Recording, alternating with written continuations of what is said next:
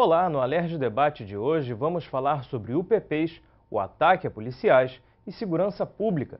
Participam conosco do programa o promotor de justiça Astério Pereira dos Santos e o deputado estadual Paulo Ramos. Quero agradecer muito a presença dos dois aqui no nosso programa. Obrigado. E já começar perguntando por que tantas mortes de policiais e qual é a relação desses crimes com a carreira de policial. Primeiro, deixa eu agradecer, porque o doutor Astério é um companheiro, um amigo meu de longa data, que teve uma belíssima carreira na Polícia Militar, galgando todos os postos e exercendo vários cargos importantes, tendo demonstrado toda a sua competência.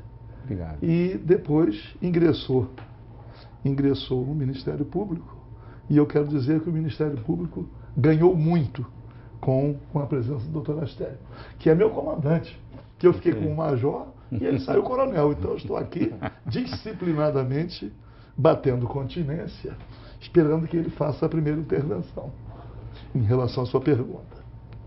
Bem, em primeiro lugar, o policial militar, ele está num confronto direto, né?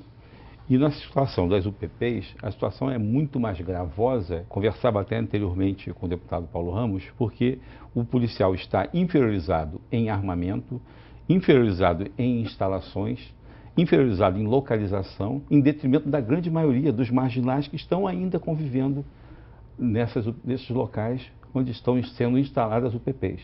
Porque, com raríssimas exceções, é um território muito difícil de ser patrulhado. Tanto é que vocês já observaram, quando houve a tomada do Alemão, que nós chegamos lá com carros da Marinha, né, carros-tanques, foram destruindo obstáculos que foram previamente preparados lá pela bandidagem. Inclusive aconteceu aquela fuga em massa que gerou até um prêmio para alguns jornais do Rio de Janeiro, né, internacionalmente, aquela fuga em massa. Mas não pense que todo mundo fugiu. Porque no dia seguinte, passado alguns dias, aqueles carros-tanques foram saindo e, consequentemente, a situação voltou à realidade. Fica lá uma tropa do Exército inicialmente, depois a Polícia Militar ocupando alguns vagões, na realidade vagões, em situações precárias, cujas próprias instalações já servem de estímulo ao bandido para atacar o policial. Daí a quantidade de mortes que nós estamos verificando. A gente vê também que muitas dessas mortes de policiais, na verdade até a maior parte das mortes, acontecem no horário fora do serviço. Isso aí se deve a algum outro trabalho que o policial tenha, ou o policial continua sendo um alvo, mesmo não estando em serviço? Renato, eu estou aqui na Assembleia Legislativa, vou completar 16 anos. Então, quando a atual política de segurança pública foi implementada, eu nos primeiros meses acompanhei. E desde então passei a criticar. Porque a política de segurança pública no Rio de Janeiro, ela está fundada na visão militar. A eliminação do inimigo. É isto. Por quê? Os moradores das favelas, eles são excluídos, foram criminalizados e depois passaram a ser reprimidos. Na visão militar, o militar elimina o inimigo e a ocupação do território. A ocupação do território é algo tão difícil que os Estados Unidos agora, porque o povo americano está reagindo e não permite mais a utilização de tropa para a ocupação de territórios. Porque é a ocupação do território que causa o risco. Porque a reação, ela sempre vem. Os americanos agora, até aviões não tripulados, os drones. Por quê? Porque no momento da ocupação é que vem a resposta. Mas com a visão militar, a política de segurança pública foi privilegiando as operações policiais. A polícia militar foi deixando de fazer o policiamento ostensivo para fazer operações policiais. A polícia civil foi deixando de investigar para fazer operações policiais sob o argumento de que era o cumprimento de mandados de prisão. Para o uso da força, foi precisando sempre de mais força, sempre de mais efetivo. Qual é a consequência dessa política de segurança pública? Em várias regiões, o efetivo foi diminuído para intensificar nas unidades de polícia pacificadora. A polícia militar, portanto, foi também deixando de fazer o policiamento ostensivo normal. Não tem nenhuma cabine hoje quase ocupada. É difícil patrulhar com 2 homens, porque se é guerra, o inimigo selecionado, ele também vem alcançar o agente do Estado, principalmente o policial militar, que é o policiamento ostensivo. Deputado, permite uma parte? É interessante, complementando exatamente o que o deputado está falando, que quando nós vamos implantar uma UPP na política de segurança pública atual, vai acontecer, mas não há nenhuma atuação prévia identificando os bandidos que atuam naquela região e a consequente prisão deles. Da mesma forma, também não é retirada aquela grande quantidade de fuzis e armamento pesado que existe naquela comunidade. Olha, se o bandido, esse bandido não tem passaporte, ele não pode viajar para o exterior, ele vai para onde? Ele vai para o local mais próximo dessa comunidade, onde ele fique com mais possibilidade também de acesso de voltar para atuar. Porque eles gostam exatamente do que o Rio oferece. É o samba, a praia, a bebida, a cerveja. Certa feita, quando eu trabalhava no sistema prisional, tinham assaltos a bancos aqui. E foi preso um portuguesinho que fez o maior assalto ao Banerje e foi para a Bahia. 2 meses depois ele estava de volta e foi preso. Novamente, eu fui entrevistá-lo, que eu gravava para dar aula de criminologia na Polícia Militar, no curso superior de polícia. Aí eu perguntei, mas você, depois de um assalto com 10 milhões, você volta para o Rio para ser preso? Ele falou assim, capitão, vou falar uma coisa para o senhor. O Rio de Janeiro é uma tentação. Eu não consigo ficar longe daqui. Não adianta ter dinheiro para usar mal. Era só esse complemento. Mas veja a consequência desse modelo. A Polícia Militar do Rio já foi identificada a polícia que mais mata. Mas agora começam a reconhecer e custaram. E eu venho denunciando isso há muito tempo. Mas também é a que mais morre. Eles sempre esconderam o número de policiais mortos, principalmente policiais militares. Eu denunciei aqui reiteradamente que em vários anos consecutivos a média de policiais militares mortos por ferimento de arma de fogo, 150.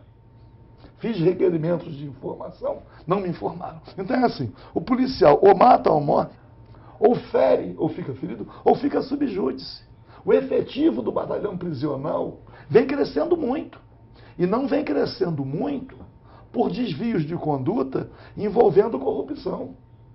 O efetivo do BEP de policiais militares presos vem crescendo em função de ferimento a outras pessoas. Ou morte, pô. Isso dificulta a permanência do bom policial na corporação, na polícia militar? Sem dúvida. E hoje em dia, observe que o processo de recrutamento, nós estamos com um efetivo de cerca de 40 mil. Ao final do governo Marcelo Alencar, o efetivo já era semelhante a esse. Hoje em dia, aposentadorias, as reformas de modo geral, licenças médicas, as exclusões voluntariamente e não, o recompletamento vai todo para UPPs. Então, se nós vamos policiar cerca de 40 favelas com UPPs, e dito no próprio livro agora do secretário Beltrame, que todo dia é segunda-feira, ele diz que são cerca de 100 favelas, estamos aí em cerca de 40. Esses 18 mil homens que entraram para a UPP. E são homens que vêm de Itaperuna, de Cambuci, porque a política o dente de leite, o jovem que entrou, não tem corrupção. Então esse é o melhor para trabalhar na UPP. Os batalhões, como disse o deputado Paulo Ramos, não são recomplementados. Eu comandei em Niterói, em 1986, tinha 1.270 homens. Hoje não tem 700. A Tijuca hoje tem menos da metade do que na década de 90 no seu efetivo. Consequentemente, as UPPs estão super patrulhadas, esses homens não conhecem o terreno porque vêm para cá. No dia 1º de janeiro de 2014, eu estava atravessando a rua da Alberto Ferreira, no Leblon, um carro da patrulha veio e fez sinal para que eu parasse. Eu falei, deve ser alguém que está me reconhecendo. Ele parou ali na rua da Alberto Ferreira e perguntou assim, onde fica o 23º Batalhão? Aí eu sorri para os policiais. Aí eu falei, o senhor está rindo por quê? Eu falei, meu amigo, chega aqui, o senhor me pergunta, num carro da PM, armado de fuzil, não é? Onde fica o 23º Batalhão? Não, o senhor desculpa, é que eu sou de Itaperuna, eu vim patrulhar aqui o Réveillon, no Ano Novo. Eu falei, o batalhão é ali na frente, essa rua aqui, ali, apontei para ele. É que a política de segurança pública, ela tem sido tão desastrosa, balas perdidas, as famílias enlutadas, o comércio fecha. As crianças não vão para as aulas. O transporte não passa. E eles proclamam o êxito. Eu não sei onde eles encontram o êxito. Aí eles pegam os indicadores, os índices, e dizem, não, mas porque agora reduziram em 50%. Aí pega o Estatuto do Armamento. Eles atribuem ao Estatuto do Armamento, que retirou muitas armas de fogo de circulação, a redução dos homicídios. Mas atribuem também ao UPP. Eu queria saber, a grande questão hoje é que as famílias... Olha o que eu recebo aqui no gabinete. Familiares de policiais militares pedindo, sabe o quê? Transferência. Não querem permanecer, principalmente nas UPPs. Eles saem de casa, deixam a família, pais, mães, esposas, filhos, em sobressalto. Deputado, porque o acho que risco tem é algo, muito grande. tem muito a ver até com o legislativo. O senhor conhece perfeitamente a legislação da Polícia Militar. Os jornais de domingo anunciavam a morte de 107 policiais militares, né, no ano. Sendo que em serviço, 106, em serviço, apenas 17 morreram. E 89 morreram fora de serviço. Mas sabe o que é considerado morrer em ato de serviço? Se morreu no serviço ou se morreu da condução de casa para o batalhão ou do batalhão para casa. Se ele estiver na rua, como a grande maioria morre, morre como o Renato iniciou aqui a entrevista perguntando por que matam um policial mais. Ele morre porque é identificado como policial e até porque tem disposição para reagir em determinados momentos se vendo uma injusta agressão. Então, isso aí também é uma violência, porque implica em vencimentos da família do policial que fica. Olha aqui, Jornal Dia publicou que nos últimos 3 anos, pouco mais de 2.100 policiais deixaram a atividade policial por morte ou ferimento. Quando diz assim, mas 107 mortos, muitos feridos, e o registro está como feridos, morrem depois em decorrência daquele ferimento. Mas o registro é como feridos. Então, hoje, a tragédia é muito grande. E no momento em que eu imaginava que fossem repensar esse modelo, o discurso é que vão fazer varreduras. Eles vão entrar com muito mais força. Os números começaram a aparecer depois que o cabo do Exército foi morto. O primeiro. Na favela da Maré, o primeiro. O primeiro foi morto. Outros serão mortos. Diz assim, o que cega o boi é a cerca mole. E deputado, e foram mortos um capitão e um tenente no Complexo do Alemão, comandando uma fração insignificante. Porque, Renato, um capitão, ele comanda 3, 4 pelotões. Ele não pode sair comandando 4 homens. Ele estava num efetivo insignificante, incompatível com o seu padrão de patente, patrulhando dentro do Alemão quando morreu. Um capitão e um tenente dentro do Alemão. É porque destruíram também princípios básicos da própria instituição. Eu vejo assim, e falar isso para o doutor Astério, ele compreende com muito mais facilidade. Tenente comandando o PP, capitão comandando o PP e major comandando o PP. Então, esses postos são equiparados? Está lá no estatuto. Efetivo maior do que o do batalhão. Maior do batalhão. Está lá no estatuto da Polícia Militar, diz assim, os oficiais são preparados ao longo da carreira para os cargos de comando, chefia e direção. O oficial fiscaliza, não executa. Hoje, promiscuíram tudo. As consequências são drásticas. A insatisfação é muito grande. Inclusive agora, buscaram um coronel inativo para comandar a Polícia Militar. Será que, naquele universo de coronéis, no serviço ativo, tinha que vir o coronel patrocinado pela Globo? Porque, claro, como é que ele deixa a Globo para ser comandante-geral? É para enriquecer o currículo? Eu quero saber. E o Viva Rio, que organizou a Polícia que Queremos, tudo do Sistema Globo? E o Disque Denúncia? Essa coisa espúria que está aí, também sob controle do Sistema Globo. Então, até quando, né, a política de segurança pública vai ficar subordinada a interesses ligados ao espetáculo e não à tranquilidade da população. A gente continua falando disso no próximo bloco. O Alerj Debate faz um pequeno intervalo e a gente volta daqui a pouquinho. Não saia daí.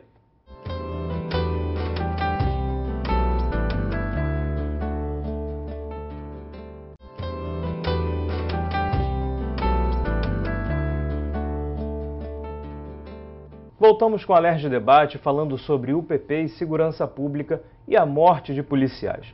Alguns países têm penas maiores para quem mata um policial e eles têm verdadeiras caçadas contra quem atenta contra a vida de um policial.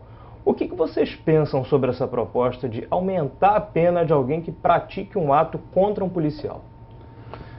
Eu entendo que qualquer medida que possa ser preventiva, que possa desestimular a prática, eu conto com o meu apoio. Mas, na verdade, se não mudar esse modelo, não vai ser a gravidade da punição que vai dissuadir. Porque quem sai para matar, sai para morrer. Tivemos uma fase em que o sujeito era até gratificado, era promovido, era chamado de bravura. Mas esse modelo continua em vigor. O secretário de Estado da Segurança Pública, e eu posso dizer isto, é um homem que não se dispõe ao diálogo. Ele é blindado aqui na Assembleia Legislativa. A gente não consegue aprovar a vinda do secretário aqui. Outros secretários vêm para conversar serenamente. Não. O secretário de Segurança Pública não pode comparecer. Não vem. Não sei por quê. Ele tem uma coisa favorável a ele, que é a sinceridade. Ele agora lançou um livro que todo dia é segunda-feira e ele é muito sincero, tem que ser registrado. Ele disse que a UPP, que é a UFANADA, como o grande planejamento de segurança do Estado, surgiu por acaso na Dona Marta e deu certo e foi expandindo, coincidentemente com aquele cinturão de Copa do Mundo que vai lá na Vila Militar apenas com relação à Olimpíada, não é? Em detrimento do policiamento da rua, como já falamos, na diminuição de efetivo de batalhões. Porque o que inibe, na realidade, o crime, isso nós aprendemos lá na nossa academia de polícia, primeiro, o que condiciona, são dois fatores, é a vontade e a oportunidade para acontecer o crime. O que inibe a vontade é uma investigação de polícia judiciária, uma investigação bem profunda, de forma que o bandido não vai praticar o crime porque sabe que vai ser preso. E a oportunidade é o policiamento ostensivo. É a polícia de ordem pública, é a nossa, maior quantidade de gente na rua. Na medida que você diminui o efetivo de rua, você traz uma insegurança muito grande. Então, o criminoso vê que o crime não vai ser descoberto, eu tenho chance de montar uma história, como há pouco tempo vimos colocar uma mulher da comunidade de Vida Fácil para se relacionar com os policiais e depois acusou que tinha sido estuprado. O policial foi colocado em liberdade anteontem, porque não teve prova material com relação a ele. Foi provado que foi utilizada pelo tráfico para chegar no policial. Então, essas dificuldades estão acontecendo e ninguém se volta para isso. Ninguém se preocupa com esse fato do que o policial está sendo trocado, é um objeto de troca. A sociedade não se sensibiliza com a morte dos policiais. É um objeto de... recolocável. É descartável. Descartável. É descartável. Isso é lamentável. Essa indignação, deputado, que eu acho que está faltando para a sociedade para alterar esse quadro. A morte está banalizada aqui. Eu acredito que agora, a morte... olha bem, depois da morte do cabo do Exército, as atenções estão sendo voltadas agora também para a morte de policiais. Agora, o Estado não pode perseverar no erro. Porque vai se resolver os problemas sociais com a repressão policial. Como é que está a questão da educação? Como é que está a questão da saúde? A questão do transporte? Então, a polícia fica sendo, assim, um instrumento da solução. Primeiro tem que ocupar o território, pacificar, para depois, isto quando, se esse modelo, se a violência só gera violência. Eu conheço uma frase de muitos anos, que é do Alceu do Amoroso Lima. O segredo da autoridade não é a força, e sim o prestígio moral. Qual é o prestígio moral que tem o governo? Qual é o prestígio hoje que tem a instituição policial? As pesquisas de opinião demonstram a hostilidade da sociedade. O policial só é reconhecido por determinada pessoa quando essa pessoa está sendo imediatamente protegida. Mas é a geni mesmo. Depois, passa a não merecer nenhuma homenagem. E o policial é oriundo das comunidades onde ele está sendo jogado para reprimir. E hoje estão falando em blindar no interior dessas comunidades. Primeiro que eu gostaria de registrar, Renato, deputado, que eu não sou contra a utilização de UPPs. Eu sou contra este modelo que está sendo aí implantado. Se fosse um centro social com instalações dignas, de modo que até o bandido, ao olhar, fala, eles têm respeitabilidade. Mas o bandido acha que o policial não tem respeitabilidade, que o policial mora num vagão, numa condição muito pior do que aonde ele tem, o traficante tem a sua casa. O policial é um alvo fácil. Estão falando agora em blindar os vagões. Blindar os vagões não é muito mais fácil colocar um centro social digno que tenha um local para cadastramento, para tirar uma identidade, um banco de emprego da Secretaria de Trabalho, uma associação de moradores funcionando ao lado. Aí aquele local seria um local amado. A melhor forma de política de integração da comunidade é conquistar a confiança da comunidade. Isso se conquista com informações, com inteligência. E não com um serviço de inteligência, porque hoje nós temos uma Secretaria de Segurança que funciona num prédio, uma chefia de polícia que funciona num outro, um comando geral da polícia que funciona lá no outro local. Eles não funcionam nem em gabinetes próximos, eles não tomam um café da manhã juntos. Então tem um serviço de inteligência que é do secretário de segurança, que é a subsecretaria dele, que funciona para uma delegacia que é a Draco, para os crimes que são apurados diretamente pelo secretário. A chefia de polícia tem um outro serviço de inteligência, a PM tem um outro serviço de inteligência, o que é mais grave e que o Paulo Ramos conhece de perto, e eu trabalhei com ele no Estado-Maior, ele na Ajudança Geral e eu na 5ª Seção. Certa feita, deputado, nós tínhamos o nosso colega, seu colega de turma, Paulo Roberto Aguiar Portela, retornou de um trabalho para a Polícia Militar. O coronel Rabelo, que gostava muito dele, o comandante-geral, resolveu colocá-lo na 2ª Seção do Estado-Maior. Mandou o documento para o Comando Militar Leste. O coronel não foi aprovado, não pôde ser nomeado chefe da 2ª Seção, foi para a 3ª, porque poderia então o comandante nomear. Até hoje, para indicar numa seção de Estado-Maior, tem que passar por um material desse no âmbito até mesmo do Exército, porque a PM é a Força Auxiliar do Exército, prioriza essas investigações de defesa interna em detrimento da criminalidade que a gente tem que estar informando. Não existe isso. O doutor Astelli viveu na Polícia Militar, estava no serviço ativo, os centros comunitários de defesa da cidadania. Era a colocação de um conjunto de atividades públicas para o atendimento da comunidade, inclusive a segurança. Perfeito. E não na visão militar de ocupação do território, eliminando e sendo eliminado. Acredito eu que ainda vai haver a necessidade de tragédias maiores, mais mortes, para indignar, mais balas perdidas, para que a população compreenda que este modelo está completamente equivocado. A UPP é um DPO ampliado, mas que ainda incorpora muito mais força. Como é que é uma unidade de polícia pacificadora apoiada pelo BOP e pelo Batalhão de Choque? A ocupação da Maré contou com a participação do Exército, da Marinha e da Aeronáutica. Saiu num jornal na primeira página. Por terra, mar e ar. Ali estão, na Maré, os inimigos da pátria, que vão ser derrotados, enfrentados pelas nossas Forças Armadas. É uma tragédia completa. E essa migração do crime para outros locais? Porque a gente vê que quando o Estado entra com Marinha, Aeronáutica, Exército, enfim, Polícia Militar, Polícia Civil, esses bandidos que estão atuando naquelas localidades onde tem uma concentração muito grande de marginais, eles vão migrando para outros locais. Olha, se eu fosse bandido, eu preferiria Niterói, saindo do Rio, porque fica muito mais fácil e mais seguro, porque atravessou a ponte, o efetivo de lá é menos da metade do que tinha anteriormente, e é certo que não vão colocar mais, então vão morar ali. Quando eu vou para Itaboraí, se eu não tiver condições para Niterói, Itaboraí até Rio Bonito, fica razoável. E aqui no Rio, eu preferia São João de Meriti e Caxias, né?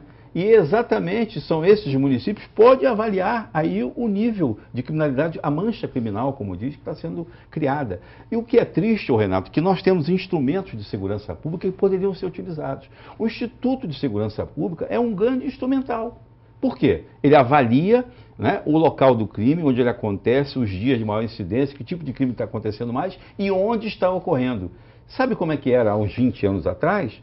Nós tínhamos uma tropa na Polícia Militar que a gente deslocava para esses locais de maior incidência, não era assim? Intensificava quando diminuía a mancha criminal, retornava. Não precisa manter o efetivo fixo no determinado local, mas tem que ter uma tropa de manobra. E hoje, como disse o deputado, eles estão usando o BOP numa ação de guerrilha contra essas ações.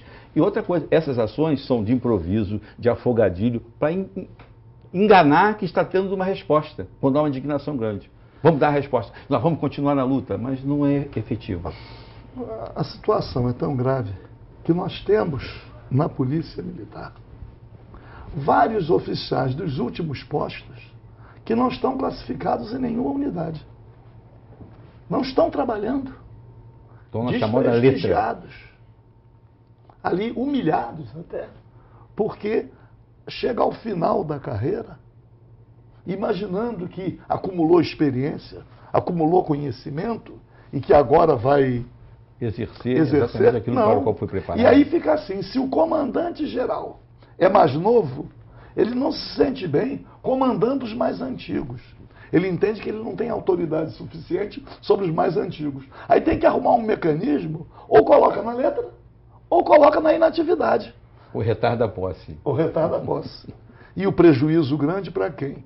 Para a própria instituição, para os profissionais, mas para a própria população, porque tem investimento público nisso. Então, eu não sei, eu gostaria que o secretário de Segurança Pública, se porventura der o azar ou a sorte de ver o nosso programa, que ele venha voluntariamente à Assembleia Legislativa. Não precisa ser uma sessão pública, uma sessão reservada, para ele ouvir. Ele não se dispõe a ouvir, ele é um convicto, ele não está vendo o desastre, o sofrimento. Agora, esses dias, lá em Copacabana, colocaram várias cruzes, uma para cada policial morto. Mas no documento distribuído pelos familiares na mobilização, falando que as vidas são iguais, compreendendo também que as famílias enlutadas em decorrência da ação policial são famílias que merecem também consideração. Mas somente agora aflora alguma coisa também na defesa dos policiais. Infelizmente, nosso tempo já está esgotado, mas eu quero agradecer a presença dos dois aqui no nosso estúdio. E o Alerj Debate fica por aqui. Mas se você tiver dúvidas ou sugestões, envie um e-mail para a gente em faleconosco@tvalerj.tv.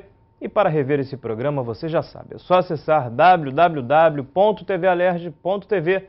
TV Alerj, o canal do povo fluminense. Até a próxima.